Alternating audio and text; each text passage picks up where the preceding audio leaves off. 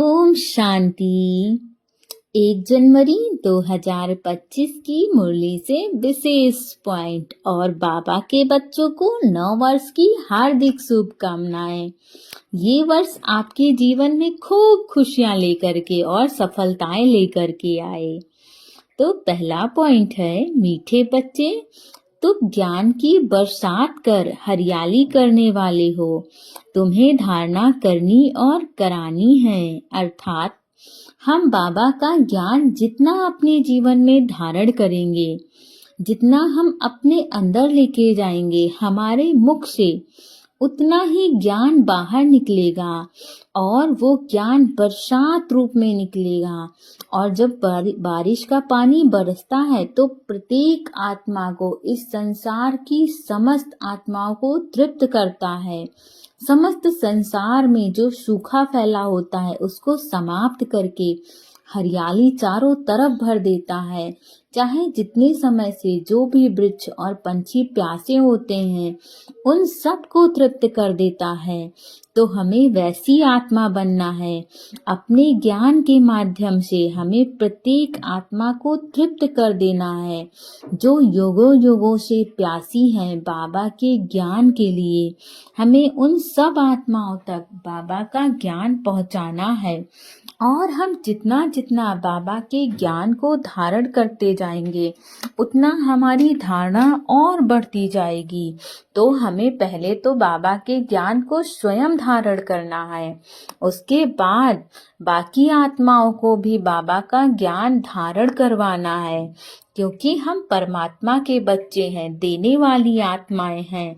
तो हर आत्मा को बार बार एहसास दिलाना है और याद दिलाना है कि आप भी अपना भाग्य ऊंचा बना सकते हो। अगला पॉइंट है, स्वच्छ बुद्धि बन वंडरफुल ज्ञान को धारण कर बाप समान मास्टर ज्ञान सागर बनना है। नॉलेज से सर्व गुण स्वयं में धारण करनी है, अर्थात हमें अपनी बुद्धि को बहुत क्लियर रखना है और हम अपनी बुद्धि को जितना अधिक क्लियर रखेंगे हमारे अंदर उतनी सरलता से बाबा का ज्ञान धारण होगा। हमें धारणा में कठिनाई नहीं होगी, हमें बाबा का ज्ञान पूरे दिन याद रहेगा। हमारे जीवन में जो भी समस्या परीक्षा के रूप में आएगी हम उसको बहुत सफलता से पास कर पाएंगे। और हमें बाबा का ज्ञान धारण करके बाप समान मास्टर ज्ञान का सागर बनना है। नॉलेज से हमें सर्व गुणों को धारण करना है। जितना हमारी बुद्धि क्लियर होगी उतना हम बाबा के ज्ञान को धारण करेंगे और बाबा की गुण और शक्तियां हमारे अंदर स्वतः भरती जाएंगी। तो जब हम बाबा का ज्ञान धारण करेंगे तब बाबा की शक्तियां हमारे अंदर भरती जाएंगी। और जब भी कोई समस्या आएगी, जब भी हमारी परीक्षा की टाइम होगी तो हमारी शक्तियां स्वतः कार्य करेंगी। लेकिन ऐसा तब होगा जब हमारी धारणा स्ट्रांग होगी। बाबा हमें प्रतिदिन धारणा के लिए 2 पॉइंट देते हैं, तो वो सारी चीजें धारण तभी हो जाएंगी जब हम बाबा की मुरली को खूब रिवाइज करेंगे। अगला पॉइंट है, जैसे बाबा ने तन मन धन सर्विस में लगाया, सरेंडर हुए, ऐसे बाप समान अपना सब कुछ ईश्वरीय सेवा में सफल करना है। सदा रिफ्रेश रहने के लिए एम ऑब्जेक्ट का चित्र साथ में रखना है, अर्थात जैसे ब्रह्मा बाबा ने अपना तन मन धन, इतना बड़ा बिजनेस, व्यापार, अपना परिवार सब कुछ बाबा की सेवा में समर्पित कर दिया, संपूर्ण रूप से बाबा के लिए समर्पित हो गए। उन्होंने कभी भी स्वयं को आगे नहीं रखा, उन्होंने बाबा के बच्चों को आगे रखा ताकि बाबा के बच्चे अपना भाग्य सुंदर बना पाए। इस कदर उनका समर्पण था। वैसे ही हमें भी समर्पित होना है और बाबा के सामने अपना सब कुछ ईश्वरीय सेवा में सफल करना है।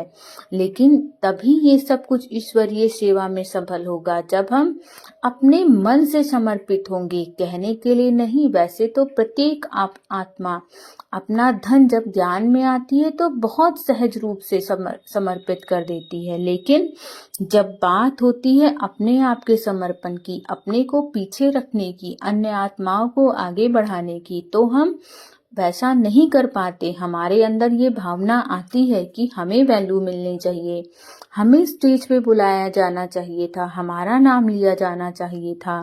लेकिन ब्रह्मा बाबा ने ऐसा कभी नहीं किया। ब्रह्मा बाबा ने अपने बच्चों को स्वतः आगे रखा। वैसी सफल हमें सेवा करनी है बाबा के लिए और सदा रिफ्रेश रहना है। यदि हम सदा रिफ्रेश रहना चाहते हैं तो हमें अपने एम ऑब्जेक्ट की चित्र अपने सामने रखनी है। जब हम उस चित्र को सामने रखेंगे तो हमेशा हमें रिकॉल रहेगा कि हमें ऐसा बनना है, और यदि ऐसा बनना है तो उसकी प्रैक्टिस अधिक होगी, उसकी कठिनाई के साथ प्रैक्टिस हमें करनी पड़ेगी। हमें अपने वचन पर, अपने संकल्पों पर अधिक कंट्रोल करना पड़ेगा। लेकिन जब वो तस्वीर आगे रहेगी तो ये सब कुछ बहुत सहजता से हो जाएगा। अगला पॉइंट है, एक रस स्थिति द्वारा सदा एक बाप को फॉलो करने वाले प्रसन्न चित्त भव। अर्थात चाहे जीवन में सिचुएशन कैसी हो, चाहे दुख हो चाहे सुख हो, लेकिन यदि हमारी स्थिति एक रस है, हमें दुख से कोई प्रभाव नहीं पड़ेगा। और यदि जीवन में सुख होता है तो हम कभी गलत मार्ग पर नहीं जाएंगे। कई बार ऐसा होता है जब हमारे जीवन में सब कुछ बहुत अच्छा चलने लगता है तो हम अपने आप को सब कुछ समझने लगते हैं कि हम ही मुख्य कर्ता धर्ता हैं, और इस वजह से हम गलत रास्ते पे चले जाते हैं। लेकिन जब हमारी स्थिति एक रस होगी तो ना हमें सुख प्रभावित करेगा और ना दुख प्रभावित करेगा, और हम हर वक्त परमात्मा के प्रेम में मगन रहकर प्रसन्न चित्त आत्मा बनेंगे। अगला पॉइंट है, आत्मिक शक्ति के आधार पर सदा स्वस्थ रहने का अनुभव करो। अर्थात बाबा हमें बताते हैं कि बच्चे, आप जितना मुझसे कनेक्ट करोगे, जितना मुझे याद करोगे, मेरी गुण और शक्तियां आपके अंदर भरती जाएंगी। और ये बात तो किसी से नहीं छिपी ना कि परमात्मा कितना शक्तिशाली है। यदि उसकी शक्तियां और गुण हमारे अंदर भरते जाते हैं तो इस संसार की समस्याएं, इस संसार की स्वस्थ रहने की, बीमारी की समस्या तो बहुत तुच्छ है, वो स्वतः समाप्त हो जाएगी। इसीलिए हम यदि स्वस्थ रहना चाहते हैं तो हमें अपनी आत्मिक शक्ति को स्ट्रॉन्ग करना होगा, और हमारी आत्मिक शक्ति तभी स्ट्रॉन्ग रह सकती है जब हम परमात्मा को याद करके बाबा से योग लगाएंगे, बाबा की शक्तियां अपने अंदर भरेंगे, एकांत में बैठ के मुरली का मनन और चिंतन करेंगे, तो हमारा शरीर ही नहीं, हमारी आत्मा भी संपूर्ण रूप से स्वस्थ और शक्तिशाली होगी। हमारा ऑरा बहुत स्ट्रांग होगा, हमारे चारों तरफ परमात्मा की दिव्य शक्तियों का सुरक्षा कवच बनेगा। ओम शांति।